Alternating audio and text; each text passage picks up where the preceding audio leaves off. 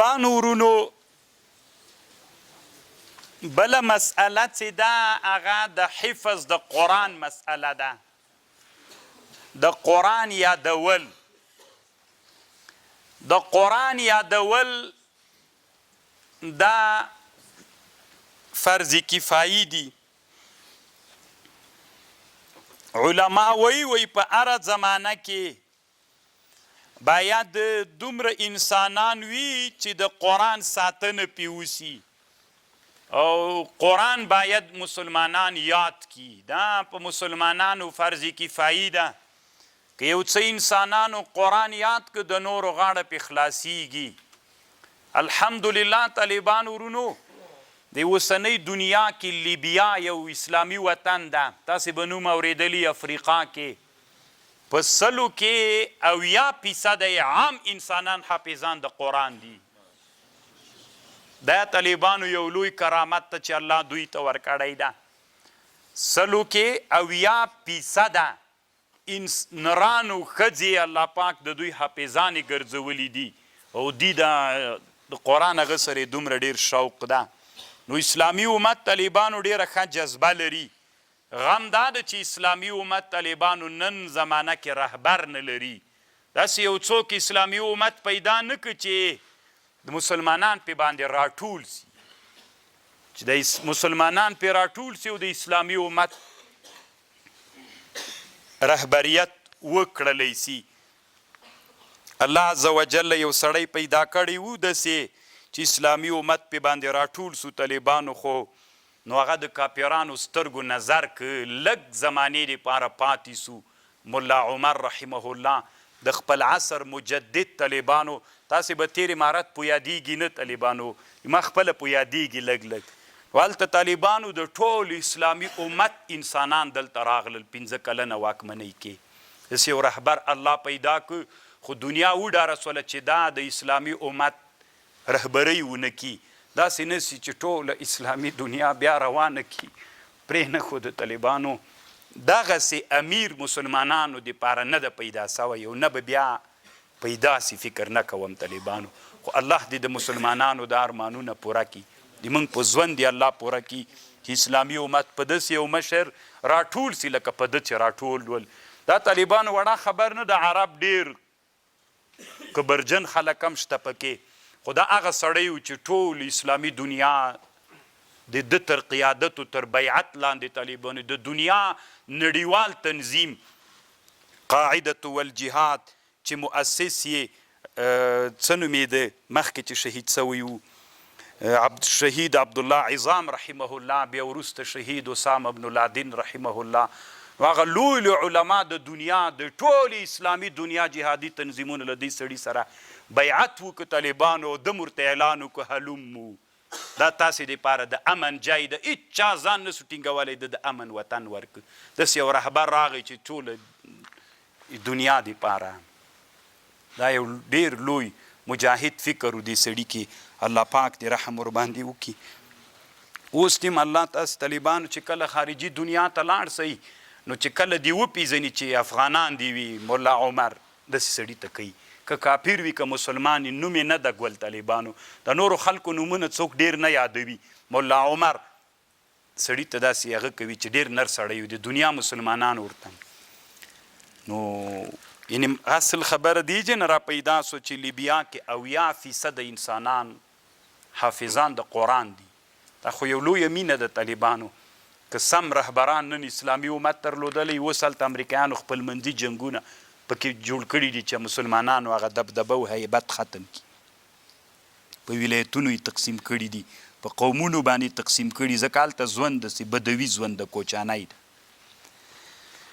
او یوه مسئله دلته دا د طالبانو ورونو چې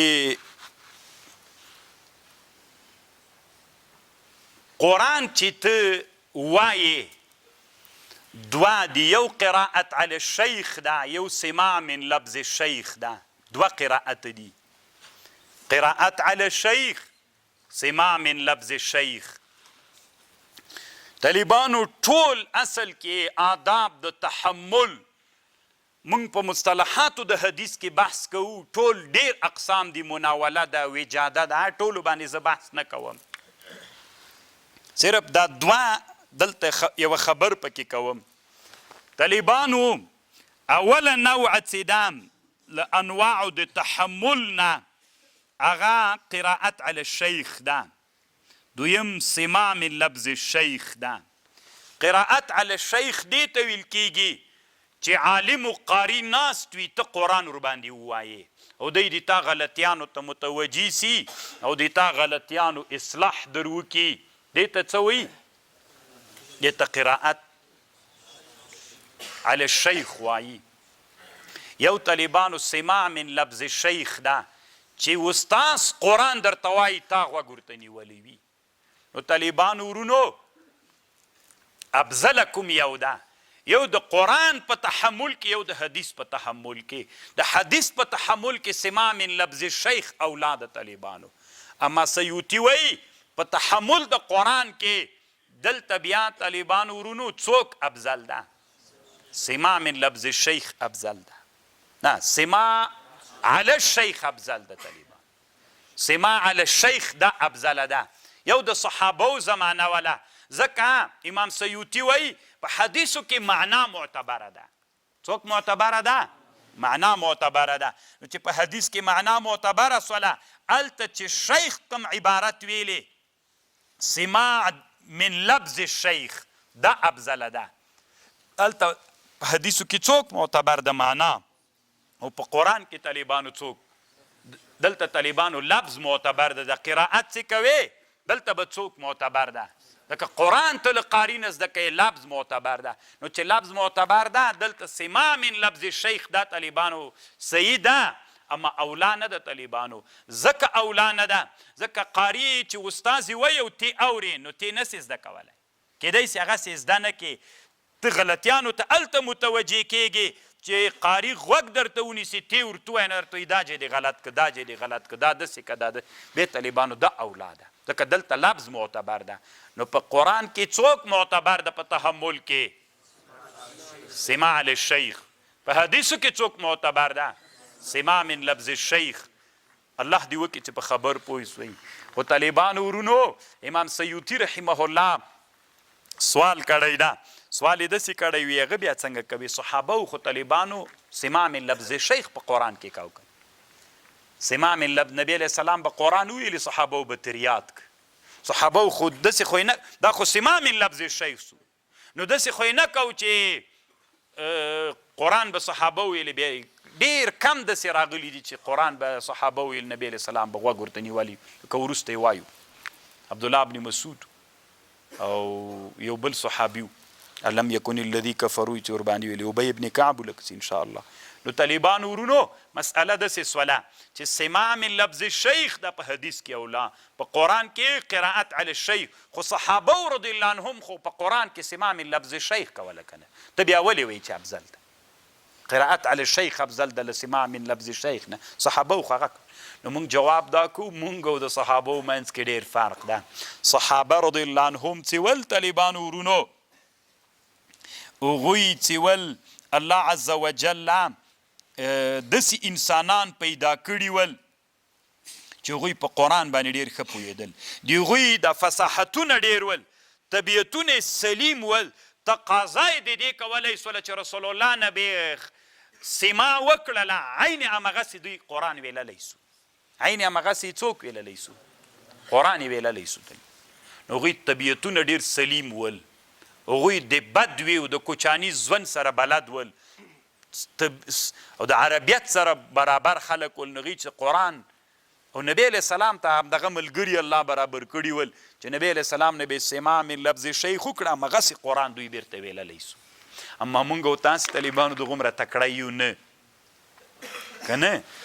ته هغه کوم سړی چې راګیر کړی د وي ته دا ووایه که نه وي زه دا زور زیر ته تنا نسم وروستلی. نو طالبانو یې مونږ طبیعتونه سلیم طبیعتونه نه دي، مونږ هغسې قرآن نه سو ویللی. الله عز وجل دې مونږ په حال رحم وکړي. وی کله چې امام جزري رحمه الله قاهرې ته لاړو ډېر خلک پرې راجمع سول. د دې وخت نه و طالبانو چې ټولو ته وخت ورکړي ټول په ده قرائت وکړي. نو بیا طالبانو داسې چالي وکړ امام جزري کېناست ده به یو آیات ویلې ټولو به ورسره ویلې داسې ترتیب بیا وسو ځکه الله په دنیا کې بعضې ډېر ښه علما پیدا کړي وخت نوي طالبانو چې هر یو سره سړی وغږېدلی سي هر یو ته ځان ته دی چې قاهرې تللي داسې ترتیب امام سیوطي رحمه الله وي نه ورته برابرېده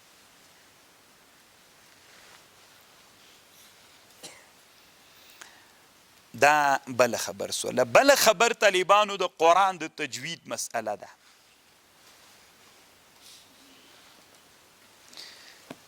دا ډیره مهمه ده چې موږ افغانانو کې طالبانو نشته په مدرسو کې موږ د تجوید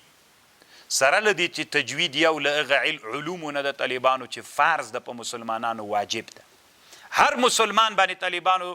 دومره اندازه قدر ته چې خپل حروف په منځه کې ادا کړي صحیح وایي دومره فرض واجب ده دا علم طالبانو په مدرسو کې نشته ده اما منطق شریف قاضي مبارکه میبزي مبارکه هست طالبانو په اول سیټ کې ناست دي کې 8 کاله طالب تیروي اما تجوید مو نشته قرآن مو طالبانو غلط تلمان نیولي تر تاسې ټولو پورې پښتو غوندې قرآن وایو داسې الله دې موږ په حال باندې رحم وکړي نو زه طالبانو غواړم یو څو خبرې لنډې د تجوید په اړه درته وکړم اتناب نه کوم طالبانو ایجاز کوم انشاءالله خبرې ته مې لږ غوږ ونیسئ طالبانو امام جزري رحمه الله په خپله مقدمې کې یو شعر راوړی والاخذ بالتجوید حتم لازم من لم يجود القرآن آثم والاخذ بالتجوید حتم لازم اخذ په تجوید باندې دا حتمی و لازم و فرض ده من لم يجود القرآن آثم که چا قرآن تجوید نو کړی دا سړی څوک ده ګناهګار ده اوس طالبانو ورونو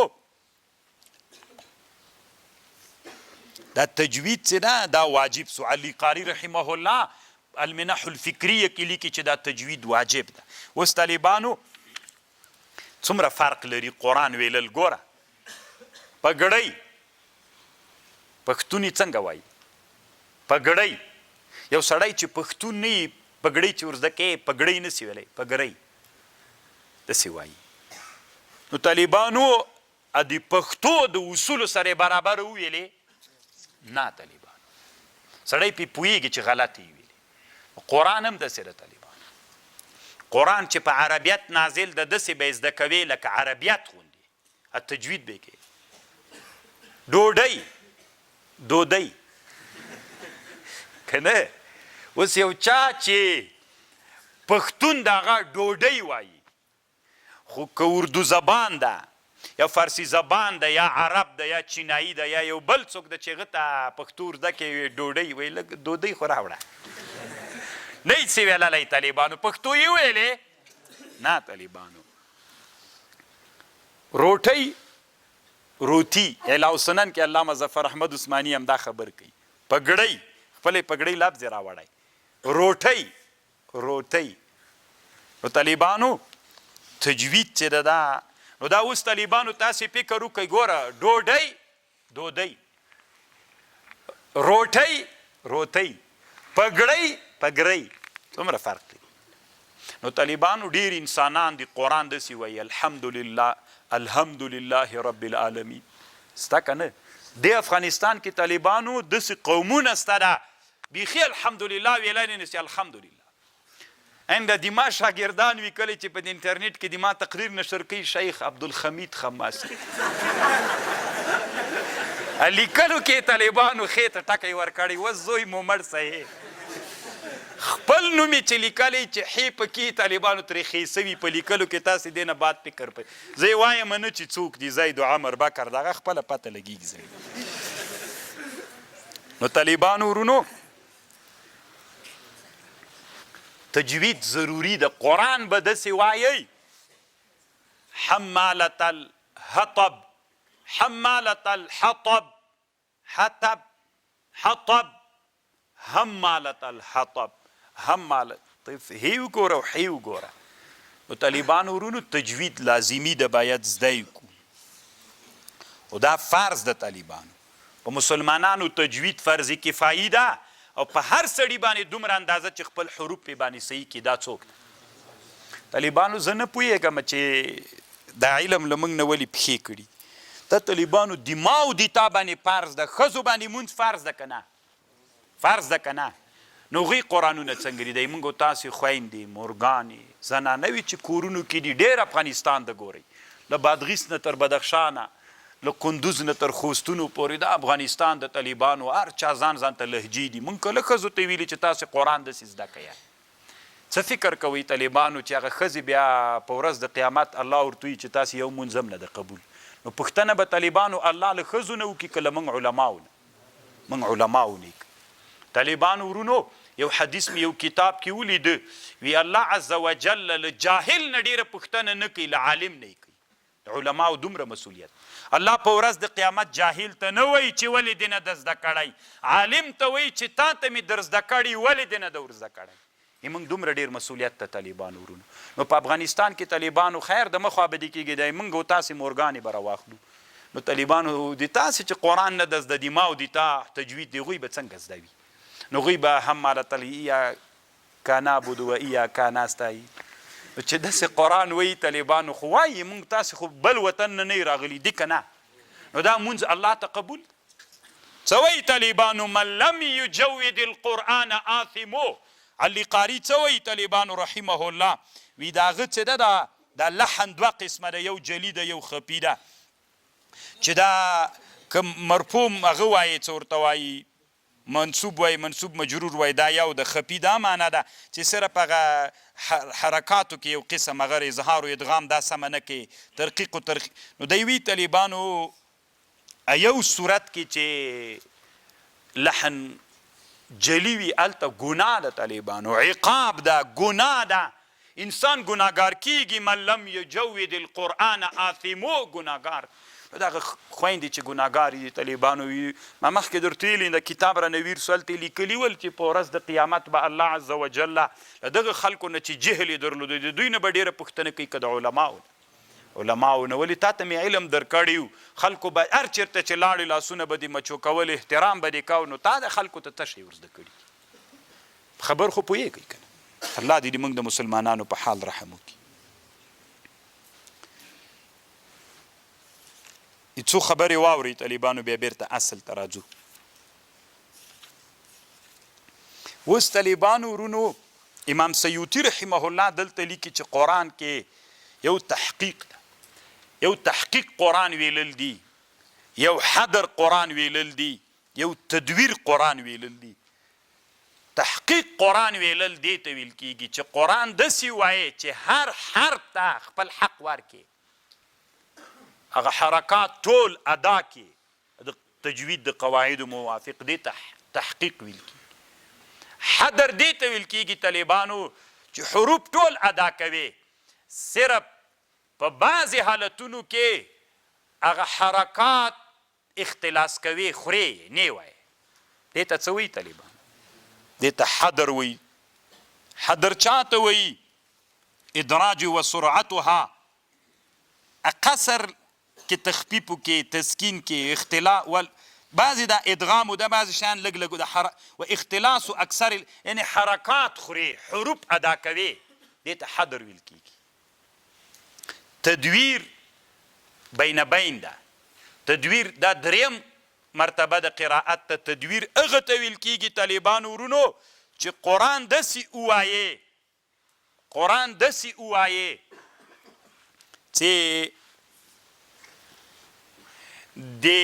تحقیق او د حدر په مابین کې قرآن وي تر ټولو نه افضل دغه طریقه ده خصوصا علما وي په تراوو کې به دغه حالت کوي اوس طالبانو موږ او تاسې افغانستان کې چې تراوی کوو دا طالبانو نه تحقیق خو یوارې نه ده دا حدر هم نه ده ځکه حدر دې ته ویل کېږي امام جزري وایي رحمه الله حدر دې ته ویل کېږي اذا اسرع فهو من الحضر ده ځکه حدر هبوط ته ویل کېږي سړی چې کته کېږي نسبت له ختلو نه کته کېدل سړی تیز کوي نو دا لږ تیز وي دلته د حرکاتو کې اختلاس راځي خو موږ او تاسې طالبانو په دا تیزوالی داسې حد ته وي که یعملون بیخي طالبانو حروف خورو، اختلاس په حروفو کې کوو، یو اختلاس په حرکاتو کې دی، یو حروفو کې دی. بیخي پته نه لګېږي چې دا څه وایي. نو دې قرآن نه ویللو ته څه ضرورت ده؟ موږ ختم وکړو طالبانو یوه شپه کې، نو څه ضرورت دی؟ ولې دې کوو؟ دا اوس ګناه ده که ثواب ده په دې کې؟ دومره تیز دی ویلې چې بیخي قرآن نه ده. ځکه قرآن 3 مرتبې لري. دی ویلل د قرآن دا قرآن ده، یا به تحقیق کې یا به حدر کې. حدر دا مرتبه ده طالبانو ورونو. وتمکو وهو عندهم ضد فالحدر يكون للتكسير الحسنات. خو طالبانو په دې حدر کې خبردار چې حرکات او اختلاس راځي، پکې د حروف نه راځي. ما عليه معظم السلف والخلف چې ترتیل او تدبر دا اولاد مع قلة القراءة ابزل ده من سرعت. ګوره طالبانو چې لږ قرآن وایې، کرار یې وایې، ترتیل و تحقیق کوې سره له تدبره، دا اولاد له چا نه؟ له ډېر ویلل د قرآن نه. دا د امام جزري رایه د دوی وي، د سلف او د خلف اصلي هغه دا الله دې وکړي ما په خبر پوه شوي. خدای یوه خبر کوي طالبانو ورونو. بعضې علما وایي داسې ویلي دي چې له تدبر او له ترتیل سره قرآن ویلل دا د کیف په لحاظ د دې ثواب ډېر ده، او قرآن حدر سره ویلل تیز. خو داسې تیز طالبانو چې حرکات پکې اختلاس وسي، نه دي چا نه د حروف اختلاس، داسې تیزوالی. نو بعضې علما وایي دا تیز قرآن ویلل ډېر ویل کېږي، د کم په لحاظ به د دې ثواب ډېر ده. یو کمن ده یو کیفن ده. بعضې علما دی وایي داسې ده چې قرآن تحقیقا وایې د کیفیت له لحاظه دا ډېر ښه ثواب ده، او چې حدرن قرآن وایې بیا طالبانو کمن دغه قرآن ثواب ډېر. دا د امام جزري رحمه الله. خدای بیا هم وایي چې تدبر سره قرآن ویلل دا افضل. د سعودي قاریان طالبانو خصوصا د حرمینو قاریان ډېر ښه قرآن وایي طالبانو، بالکل د تحقیق سره قرآن وایي، خصوصا په حرمینو کې. الله مو تراویح نصیب که پکې طالبانو دومره خوند کوي که نه. بیا خو چې خپله کته مطاب کې ودرېږې بیخي ډېر خوند کوي. نو دا یوه خبر شوله. یو دوه خبرې لنډې کوم طالبانو، اوږدوم یې نه درته. علما وایي موږ ورته قراءت الثغ وایو. قراءت الثغ لثغه. لثغه طالبانو دې ته ویل کېږي چې یو حرف په جای د بل حرف باندې وایي. حمالة الحطب، حمالة الحطب. الحمد لله رب العالمين، الحمد لله رب العالمين،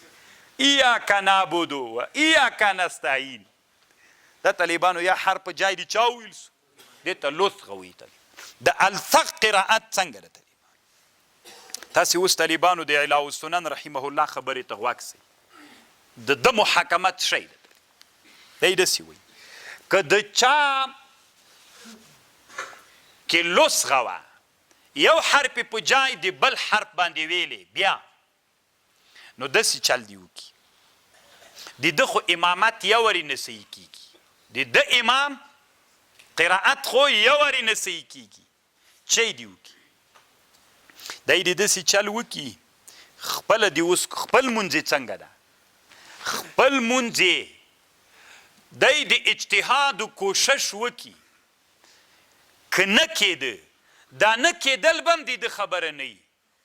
نه کېدل به طالبانو هغه د ده استاز چې دی ورته ناسته او هغه په قراءت کې د انسانانو په پیژندګلو کې حاذق و ماهر سړی، هغه په دې باندې پوه سي چې دی همدا زه به د نور اوړي نه پې باندې بس الحمدلله نه الحمد نسی ویللی. هغه دا وویلې، کوشش یې ورسره وکړه، بیا یې شاهدي ویلې چې دی نور نسی زده کولی. دا بس الحمد به دی الحمد وایي، ایاک نعبد به ایاک نعبد وایي، نعبدو نسی ویلی نعبدو وایي. هغه چې شهادت ورکړه چې دی نسی زده کولی، پس له هغه نه د ده مونځ صحیح ده، په خپل حق کې مونځ صحیح ده، فاسد نه ده، اما امامت یې نه صحیح کېږي. سخته خطرناکه مسله ده طالبان، والله العظیم د موږ حال طالبانو ډېر خطرناک. اوس مازې مولا راواخله، زه ته یې مقرر کړه، زه ته جومات دی راوله، خو تجوید طالبانو هغه علم چې په اسلامي امت باندې فرض ده، خصوصا موږ تاسو طالبانو اوس موږ د دال او د زال فرق نسو کولی، د سین او د صاد فرق بیخي کوو نه طالبانو، دواړه بس دغسې لکه هغه غوا ته چې واښه واچي هغه په زبر راتاو کي بس کشي کي مونږ بیخي دا نو ته اوس ما ته وایې چې قرائت ته الصاغ دا طالبانو د الله السنن رحمه الله محاکمه ده، دوی وایي چې کله یو سړی په ژبه کې لسغ وي په تلفظ کې یو حرف په جای د بل حرف وایي امامت خو یې نه صحیح کېږي، خپل حق کې مونځ څنګه ده، خپل حق کې مونځ فاسد ده، خو هلته له فساده وځي چې دی کوشش وکي نه کېږي، نور که بدل سو خو صحیح ده بیا خو امامت هم کېږي، خو که بدل نه سو په دغه حالت پاتې سو د ویلې نه کېږي، د ده خبرې ته اعتبار نسته چې دی وایي نه کېږي، څوک به وایي چې نه کېږي. والمعتبر في حصول اليأس چې ناامید سي نه کېږي شهادة حاذق من القراء بأن ذلك لا يرجى منه، چې هغه داسې وایي چې امید نه کېږي چې دی دې سم کړي، چې هغه شهادت ورکړي هغه ماهر و حاذق په علم قرائت کې چې نه کېږي، بیا طالبانو دی د همدغسې قرآن بیا وایي خو امامت یې نه صحیح، ولو که شیخ القرآن چې شیخ الاسمان هم وي طالبانو قرآن یې نه صحیح، مونځ خپل ځان مونځ صحیح ده طالبانو چاته یې مونځ نه صحیح. اوس تاسو طالبانو ځان سره فکر وکړئ چې تاسې په دې ټولنه تاسې خو طالبانو د خپل ولایتونو انسانان یې وګرځئ طالبانو. مولي صاحب وایي زه اول وار مې د سفر پسې راوتلی یم نو طالبانو وګرځېږئ ښه کومې اوبه چې په ډنډ کې ولاړ هغه خوسا کېږي هغه اوبو په هغه اوبه اودس نه کېږي که نه کومې اوبه چې روانې سي طالبانو هغه خوسا کېږي نه موږ اوبړۍ ورته وایو عربي کې ورته طحلب وایي پېژنئ طحلب نه کوي طالبانو بیا اوبه چې روانې طحلب نه کوي اوبړۍ نه کوي چې ولاړي نو طالبانو وګرځئ بادغیسیانو بدخشان ته لاړ سئ بدخشانیانو بادغیس ووینئ خبر خو پوهېږي دا خپله دا سفر یو څوک د طالبان دا علم د ګرځي کله دلته یې کله هلته دا خپله علم د طالبان دومره ډېر خوند لري طالبانو اوس خو په خبر پوه شول نو هغه تاسې داسې ملیانو قراتونه تاسې واورئ طالبانو چې تاسو ته پته ولګېږي چې هغه څنګه قرآن وي د خپل کلي را لحاظ کوي طالبانو څنګه قرآن وي هغه امامان دي که نه دي د خپل منځ نه صحیح کېږي نو خلق خو یې تباه او برباد کړل او علت یې مدرسې ته د قرائت څوک نه راوړو د قرائت او د تجوید څوک نه راوړو استاز نه راوړو کتاب نه راوړو قاضي مبارکه 2000 کاله وایو او تجوید طالبانو لږ وخت نیسي ډېر لږ وخت نیسي یو کال کې هم تجوید زده کېږي الله دې موږ په حال باندې رحم وکړي سي تاسو خوښه یوه خبره یې دلته بل هم کړې دا هم کوم طالبانو که لږ هغه یسیر لسخه وله یعنې نور حرف یې ویلی سو طالبانو خو داسې صاف یې نه ویلې د سین او د صاد د زی او د ذال په مابین صاف یې نه ویلې دی وایي طالبانو بیا هم دی وایي اعلاء السنن ولا بیا به هم بذل د جهد کوي چې حرف ښه صاف وایي که صاف یې نه سو ویللی بیا هم طالبانو امامت خو نشي کړی الله دې په موږ باندې رحم وکړي څه فکر کوئ طالبانو چې ستي ولن غضالین که نه ضاد څومره طالبانو خطرناک څوک یې ولا ظالین کی څوک یې ولن غضالین کی او څوک یې ولا دالین کی طالبانو دا اوس دال سو طالبانو یو حی په جې بل حرف الله دې رحم وکړي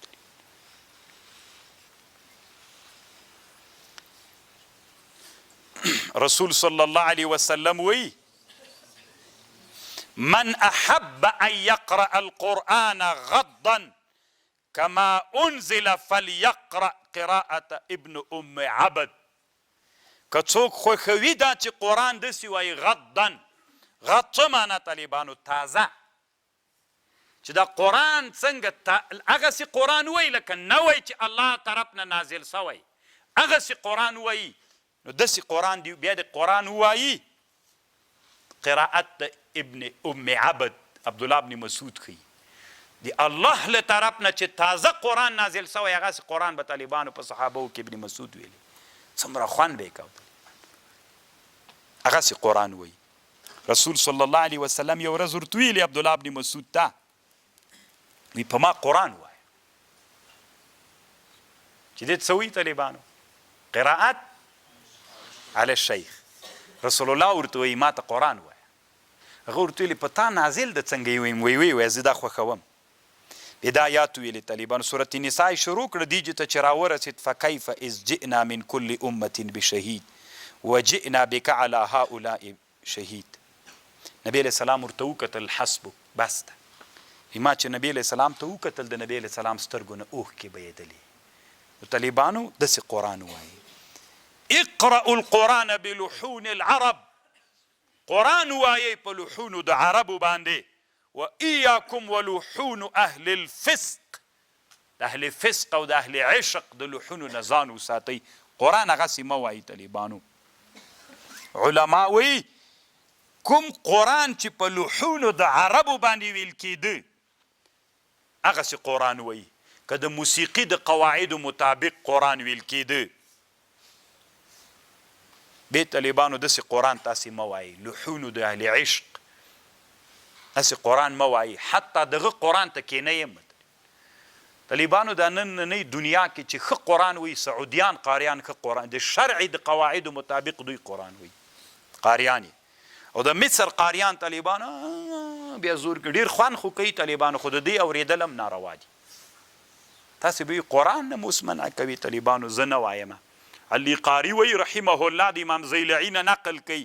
احنافو کې یو سړی تیر سوی امام زیلعي نومیږي له هغه نه نقل کوي ونقل الزيلعي من أئمة الحنفية أنه لا يحل التطريب ولا الاستماع لأن فيها تشبه بفعل الفسقة في حال فسقهم دا ناروا ده کله چې چا قرآن په لحونو د اهل عشق ویلې ناروا قرآن ویلې داسې قرآن ویلې لکه د موسیقي د قواعدو موافق قرآن ویلې دا خو ویلل هم ناروا دي ورته کېناستل هم ناروا دي دې قرآن ته دا د علي قاري رحمه الله فتوا ده دلته طالبان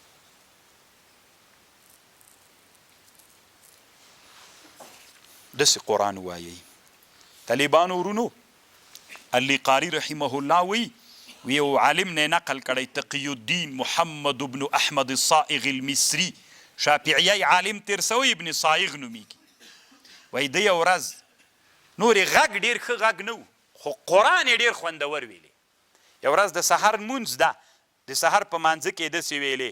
وتفقد الطير فقال ما لي لا ارى الهدهد وتفقد الطير لټوه حضرت سلیمان علیه السلام مرغه فقال ما لي لا ارى الهدهد دا هدهد چیرې ده دا آیات ویلي څو وارې داسې تکرار ویلي چې کتل مو طالبانو د دې ابن صائغ په سر باندې یو مرغه کېناست قرآن یې اورېده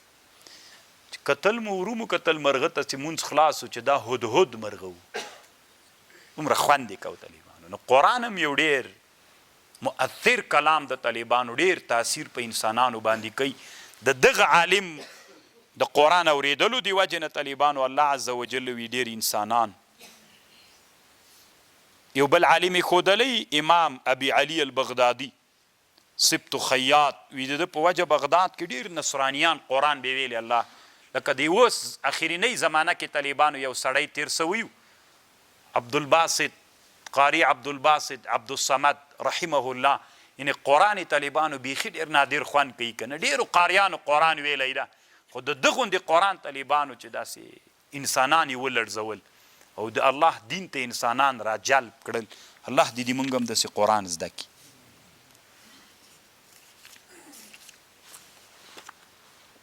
نو قرآن به طالبانو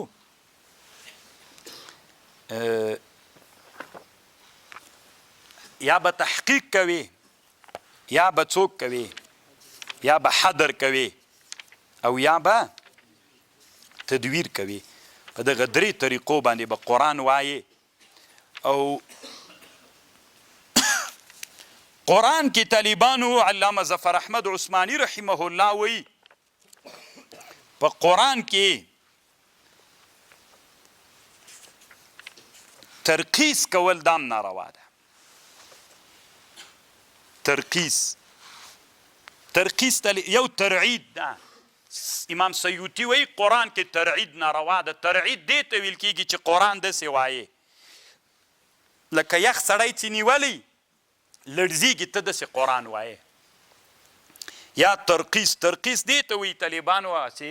ګډېږي یو وارې هلته منډه کې بیا دلته را منډه کې یو وارې طالبانو سکون ته لاړ شي بیرته حرکت ته را منډه کې دې ته ترقیص وایي داسې قرآن به هم نه وایي طرب هم نه کوي په قرآن کې یعنې داسې غنا پکې کوي لکه هغه قواعدو د موسیقي سره برابر پاتې سو طالبانو تحزین قرآن کې تحزین څنګه ده تحزین علامه ظفر احمد عثماني صاحب دلته یو محاکمه کړې ان هذا القرآن نزل بحزن فاذا قرأتموه فابكوا فان لم تبكوا فتباكوا دې طالبانو د حدیث داسې معنا کړې علامه ظفر احمد عثماني صاحب قرآن څه ده چې ویلې دې داسې قرآن وایه چې ځان ته زړه راولي خو تنا سترګو غږ ته زړه مه راوله زړه ته هم زړه راوله که خلک ناست ول تا قرآن ویلې ځان دې زړغونکی کو خو تنا خوله و سترګو دې زړه کوله زړه دې نه زړل دا ناروا ده طالبانو دا مکرو ده دا ریا ده خبر پوهېږئ دا بیا روا ده چې د حدیث کې راځي ان هذا القرآن نزل بحزن حزن زړاو کوي دا مطلب ده چې قرآن دې ویلې خلک ناست ول ځان ته قصدن زړه راوله خو دا زړه ته هم راوله خولې او سترګو ته هم راوله دا بیا جایز ده او که خلک ناستو تنا د سترګو غږ ته زړه راوستله زړه نه زړل د طالبانو مکرو ریا ده اما که تنا ناست ولي څوک نه ول بیا د قرآن ویلې خو ځان ته د زړه راوستله زړه نه په زړه کېده او سترګې او غږ په زړه سو بیا خو ریا نه راځي بیا پروا نه کوي دا د علامه ظفر احمد عثماني رحمه الله خبر ده دا زده کوي طالبانو ممکن دا ملغلره بیا چیرې پیدا نه کوي په اسانه لکه ډېرو کتابونو دا مسله څېړلې ده خو داسې حاصل نه ده راویستلی الله دې وکړي چې د ما په خبر تاسې پوه شوي یې قرآن داسې ووایئ قرآن کې تحریف باید موږ ونه کړو او بل دا د طالبانو علما وایي په کتابونو کې چې یو سړي کې اهلیت د دې پیدا سو چې خلکو ته قرآن وایي یو سړي کې اهلیت د دې پیدا سو چې خلکو ته قرآن وایي نو اتی که چا ورته اجازه نه وکړي دته شرعا جایز ده چې دی څوک وکړي یو سړي کې چې قرآن یې ویلې ښه قرآن یې ویللی سو بس یو جي کې کېناسته هلکانو ته ویلې راځئ مانه درس وایه که قاریانو ورته اجازه هم نه وکړي خو ده کې اهلیت موجودو بالکل طالبانو دا جایز ده جواز لري اصل دارومدار په چا باندې ده په اهلیت باندې ده طالبانو نن خو هغه مړه سوله ابۍ مړه سوله طالبانو نن انسانانو کې داسې حالت راغی ټول سند پسې ګرځي منډې را منډې وي سند راته پیدا کو سند راته اهلیت طالبانو انسانانو کې ډېر کم ده پنډیانو هم طالبانو پګړۍ وتړلې پنډیان څه دي خبر به یې که نه پنډیان څه بارونه چې وړي سند تاسې چې چېرته وظیفه پیدا کړي طالبانو دا د علم بدنامي ده علم طالبانو علم زده کوه که ټول عمر څوک سند درنه پوښتنه وکړي طالبان ما نه تر اوسه ګوره څومره ډېر عمارت ده ما نه تر اوسه چا یې سند پوښتنه نه ده کړې طالبانو بیخي یې کړې سند لري که نه لري نو طالبانو ورونو ځان کې کمال پیدا کوي بیا سند او چې کمال نه لري سند دغسې در سره نو څه فایده به بیا درته وکړي نو کوشش وکړئ جامعې ته مصدر د خدمت دا مه مقصدوئ چې ما خلک وپېژني دا ووایئ چې الله ما مصدر د خدمت جامعې دغه جامعه کې علم ډېر کمزوری ده د ښځو مونځ نه دي زده د نرانو مو مونځونه نه دي زده مونږ څنګه وکړو چې د خپلې ټولنې ته مصدر د خدمت وکړو څنګه وکړلی سو چې د الله د مسؤلیت چې عالم سولي ته هم دومره مسؤلیت سو چې مدرسې نه فارغ سولې او د سند دلته وزیر صاحب ته ورړې وظیفه راته چې ته عالم سولې خپل کلي نه راوتلی وې د خپل کلي ټول مسؤلیت الله دې تا که چې هلته د چا مونځ نه ده زده ته یې مسؤلي هلته چې د ښځې مونځ نه ده زده ته یې مسؤلي هلته چې خلک په احکامو د دین نه خبر دي ته یې مسؤلي نو تا خو سند راواخیسته چې چېرته وظیفه راته مقرره چې زه خو خلاص و ته هم دومره مسؤلیت و طالبانو بیخي ډېر مسؤلیت مله چې دې میدان ته راغلي یئ نو تاسې په دې تنا نه خلاصېږئ چې والله مونږ ډېر زیات مسؤلیت مله طالبانو الله دې مونږ په حال رحم وکړي او یوه خبر اخرینۍ امام سیوطي رحمه الله لیکلې ده هغه دا ده چې که یو استاذ او هغه مصدر د خدمت ګرځېدلی وړتیا او قوت پکې و خو دا عالم ته مشر علماو قراو اجازه نه ورکوله چې ته څوک وکړه درس هغه اجازتنامه یې نه ورکوله نو اجازتنامه یې نه ورکوله او ده ته ویلې چې پیسې که راکوې بیا درکوو که نه درکو اجازتنامه نو طالبانو شرعا جایز نه ده چې دی پیسې واخلي پې باندې ځکه دا رشوت ده که اهلیت پکې اجازتنامه ورکه که اهلیت نه یې مه یې ورکوه او بل دا د طالبانو ورونو دی دا حق لري دا طالب دا عالم چې شیخ باندې عریضه وکړي چې ما ته څوک نه راکوي سند نه راکوي په زور یې نسي ترې اخیستلی خو دا هلته طالبانو چې شخصي یو حکومتي قوانینو کې خو بیا صحیح ده که نه اوس حکومت د همدې دپاره نن عصر کې جوړ ده یو سړي کې اهلیت ستا د فارغ د امتحان در کوم په ټول هغه شي کې چې ته مانه پوښتنه کې امتحان در کوم چې امتحان هم ورکې کامیاب هم سي بیا هم اجازتنامه نه ورکوي نو بیا خو طالبانو حکومتي قوانینو کې حق پې لري که نه چې محکمې ته لاړ سي ځکه نن عصر کې وضعي قوانین د حکومت همداسې جوړ سوي دي بس د طالبانو ځکه آداب د تلاوت د قرآن دی هغه بیا لږ اوږده موضوع ده که شروع پې باندې وکړو بیا ډېر وخت نیسي بیا سبا انشاءالله جوړ کړی وایي نه فتحه له دواله پوه جوړه سړی یې بیخي فتحه ونه دا دې وروسته خو خیر دا هم یو علمي هغه ده چې دوی بیا طالبانو خلیل ابن احمد راغی استاد سیبوی خلیل ابن احمد راغی طالبانو د بیا بل نوښت پکې وکړ د طالبانو بعضې شیان نور را جوړ کړل خلیل ابن احمد یو له نوښتونو نه یې دا و چې فتحه یې طالبانو داسې کش کړه زمه یې تاو کړه کسره یې هم لاندې کش کړه مخکې خو اوله زمانه کې څوک ول دواړه نقطې وې یوه ته یې نقط الاعجام ویلې ته نقط الشکل ویلې نقط الاعجام په کم رنګ و په تور نقط الاعجام خو دا د بې او د تې ټکي ول نقط الشکل دا فتحه او کسره زمه دا په کم دا په سره رنګ دا چا وکړل ابو اسود دا چا وکړل یحیی ابن عمر او بل نصر ابن عاصم اللیثي دوی دواړو وکړل بیا طالبانو خلیل ابن احمد راجګ سو فتحه خو مخکې ټکي ول یې اوږده کړل لکه دا اوس حالت باندې بیا طالبانو کرا هم داسې د همزې و د اشمام و د اشباع و د دې علامې کرا را پیدا دنیا ولاړه ده که مزل کوي طالبانو مونږ ولاړ یو تاسو طالبانو د انګلیس د وخت د جنگ معلومات ځان ته وکړئ چې مونږ کله د نن نه 10 کاله مخکې له انګلیس سره جنګ و د مونږ څومره څه رقم ته وسلې وي د دوی څه رقم ته وسلې وي خیر لږ پلټنه بیا 100 کاله بعد مو د امریکایانو سره جنګ سو بیا مونږ طالبانو چې د جنګ بڼه وله بیا څه رقم ته وله بیا به تاسو ته معلومات وسي چې هغوی څومره پرمختګ وکړو هماغه انګلیس سره مو جنګ 100 کاله بعد بیا هم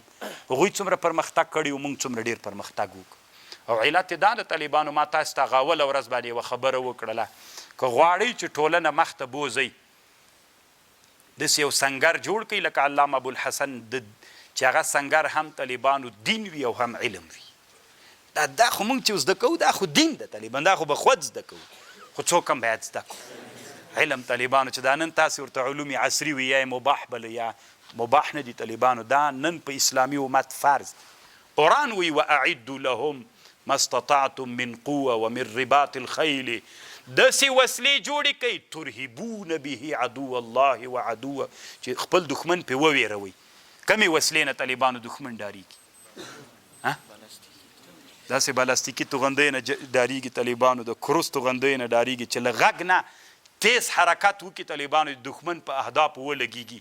ناست دلته یې که نه شنګای هلته جګېږي څومره خوند وکړي یعنې طالبانو په هغه شپه چې ایرانیانو په تل ابیب باندې توغندي وورول څومره خوند یې وکړ ځکه د اسلام له هدف نه خو ول که نه د الله اکبر په نوم باندې څومره یې ولړزو طالبانو اسرائیلو بیرته متقابل برید کله بیا وکړ که موږ درلودلی طالبانو څومره خوند به یې دا اوس او دا یاد ساتئ طالبانو دا به اخرینۍ خبره درته وکړم دا د انسانیت قانون ده الاضعف طعمة للاقوا دا یو قانون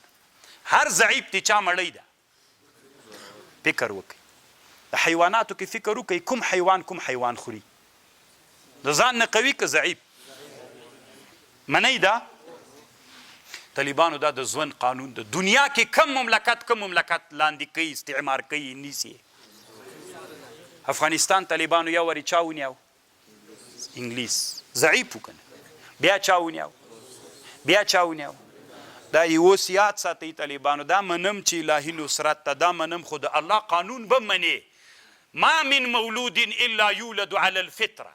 هر مولود الله په فطرت پیدا کوي فابواه یهودانی و یمجسانی کما تنتج البهیمة بهیمة جدعا هل تحسون فيه من جدعا الله فطرت و عادت تا ده چې مور نه بچی زیږوي دلته چې څومره ډېر ناست دي طالبانو د الله عادت تا ده دوه مو سترګې دي دوه مو غوږونه دي دوه مو څونډې دي دوه مو لاسونه دي لس مو ګوتې دي د لاسونو الله تغییر راولي دا د الله عادت ده خو د الله عادت دا هم د طالبانو هره زمانه کې ضعیف دي چا مړی ده مونږ طالبانو نننۍ دنیا ته تنه د همسایګانو ته په نسبت ضعیفان یو که قوي یو مونږ طالبانو په دې سیمې کې چې دا غټ خماران پراته دي خواته چین پروت دی خواته روس پروت دی خواته امریکا بیا پرته ده مونږ طالبانو د لویو خمارانو په مابین کې پراته ضعیفان یو که قوي تاسې خو طالبانو ملایانو خپل کار د طالبانو زم یو ملا یم خو دا راسره یاد ساتئ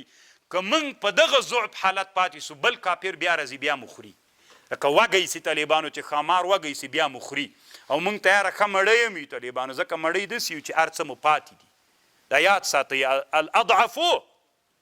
طعمة للاقوا څه وخت موږ د دوی له مړیتوب نه وځو موږ دې ته په دې خوشحاله کړي ماته مو کړه بیا یې ماته خو دې کړه خو ته خو دا باندې فکر وکړه چې موږ څومره ووځل سولو څومره تباه سولو څومره بېلارې سولو څومره سرکونه نه لرو څومره بې فرهنګه او بې تاریخ سولو څومره وځورېدلو څومره افغانان مو تیت په ترک سول د دې خو پوښتنه کوه که نه خبر دا اوس هم چې زه عمان ته تللی وم افغانان بیچارهګان دوه دانې هلته بیړۍ کې ورک سوي خو دا نهنګانو خوړلي وو که څوک وو دا خو د دې پوښتنه خو مو وکړه دا یو حالت د طالبانو موږ څه وخت د دې لویو نهنګانو د غټو ښامارانو له خولو نه خلاصېدی سو چې اقوا وګرځي کو امریکایانو ډېره اراده ایران ته درلودله چې وینیسي خو پوهېده د ایران حالت یې ټول وڅاره امریکایانو په دنیا کې امریکایانو څلور داسې تیارې درلودلي چې هغه تیارې امریکایانو څلور درلودلي اراده یې وکړه چې ایران باندې عملیات وکړي یوه تیاره یې هغه ورولېږله دوی په ذات یې داخله کړه ایرانیانو هغه وویستله امریکایانو ته پته ولګېدله چې دا مړۍ دي موږ په ستوني کې نیښلي جنګ یې پرې ونه کړ ځان ته یې معلومات وکړو چې اقوا ده راځئ طالبانو نن موږ هم اقوا سو او اقوا کېدل په څه شي کېږي دا ومنئ لکه دوی په څه شي اقوا سوي دا ټوله دنیا نن چې امریکا د اروپا د لندن د فلان د په څه شي اقوا دي نن چې مونږ ځانونه اقوا نه کړو طالبانو دا یاد ساتئ یا به مړ یم یا ژوندی بیا به مونږ د یو بل استعمار خوراک یو ځکه د الله عادت ته چې خمار بیا چې وږی سي بیا خوراک کوي سي به بیا هم د مونږ ځورېږو له علم نه ښه فرصت مونږ ته پیدا د علم باندې ځان اقوا وګرځوئ چې بیا د کافرو له چا نه خلاص د مړیتوب نه وځو نو دا طالبانو دغه قرآن دلته اوس یوه مسله دا د اخرینۍ مسله اوس په دنیا کې عثماني قرآنونه شته که نه هغه د عثمان صاحب د خلافت زمانه کې چې لیکل سوي ولا چې لیکل هغه شته که نه شته طالبان علامه زرقاني وایي بعضې دغه قرآنونه علما وایي چې په بعضې خزانو د مصر کې شته خو دی وایي چې دا هغه ځکه نه دي ځکه د عثماني خلافت وایي د عثمان رضی الله عنه زمانه کې چې کوم قرآنونه ول هغه څوک ول مخکې مو خبره وکړه نقط الشکل و نقط الاعجام یې درلود که یې نه درلود نه یې درلود دغه قرآنونه چې اوس په چا کې دي په مصر کې دي دا څوک دي دا نقط الاعجام و نقطو شکل لري نو خو دې نه معلومه سوله چې دا هغه نه دي دغسې هر چا خپل موزیمونه په دې ښایسته کړي چې خلک ورته ډېر راسي چې هغه قرآن له مونږ سره د څوک وایي له مونږ سره د عثمان صاحب وینه چې پې توی سوې ده او فلان ده نو طالبانو مونږ استدلال غواړو مونږ علم منم چې ثابت شو خو ماته هم خوند راکوي خو چې طالبانو ثابت شي ټکي به یې وګورو طالبانو چې نقط الاعجام و نقط الشکل لري که که یې درلود دا هغه نه ده که یې نه درلود بیا دا طالب بیا به هم نورې څېړنې سړی کوي که نه طالب کاغذ باندې به یې اوس زمانه کې علما د آثارو بحث کوي چې دا کاغذ باندې څومره وخت تېر سوی ده که نه نن خو آلات دومره مخته لاړل چې ته ورته حیرانه سي واخر دعوانا ان الحمد لله رب العالمين